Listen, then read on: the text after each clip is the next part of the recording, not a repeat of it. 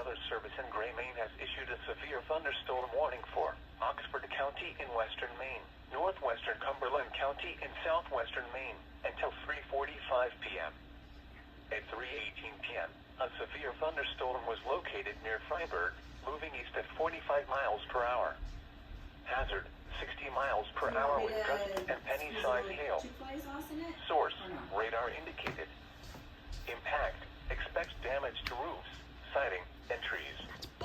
Locations impacted include Bridgeton, Freiburg, Mechanic Falls, Bethel, Rumford, Naples, Rangeley, Jay, Dixfield, Hiram, Cornish, Canton, Andover, Waterford, Grafton, Mexico, Casco, Harrison, Livermore, and Buckfield.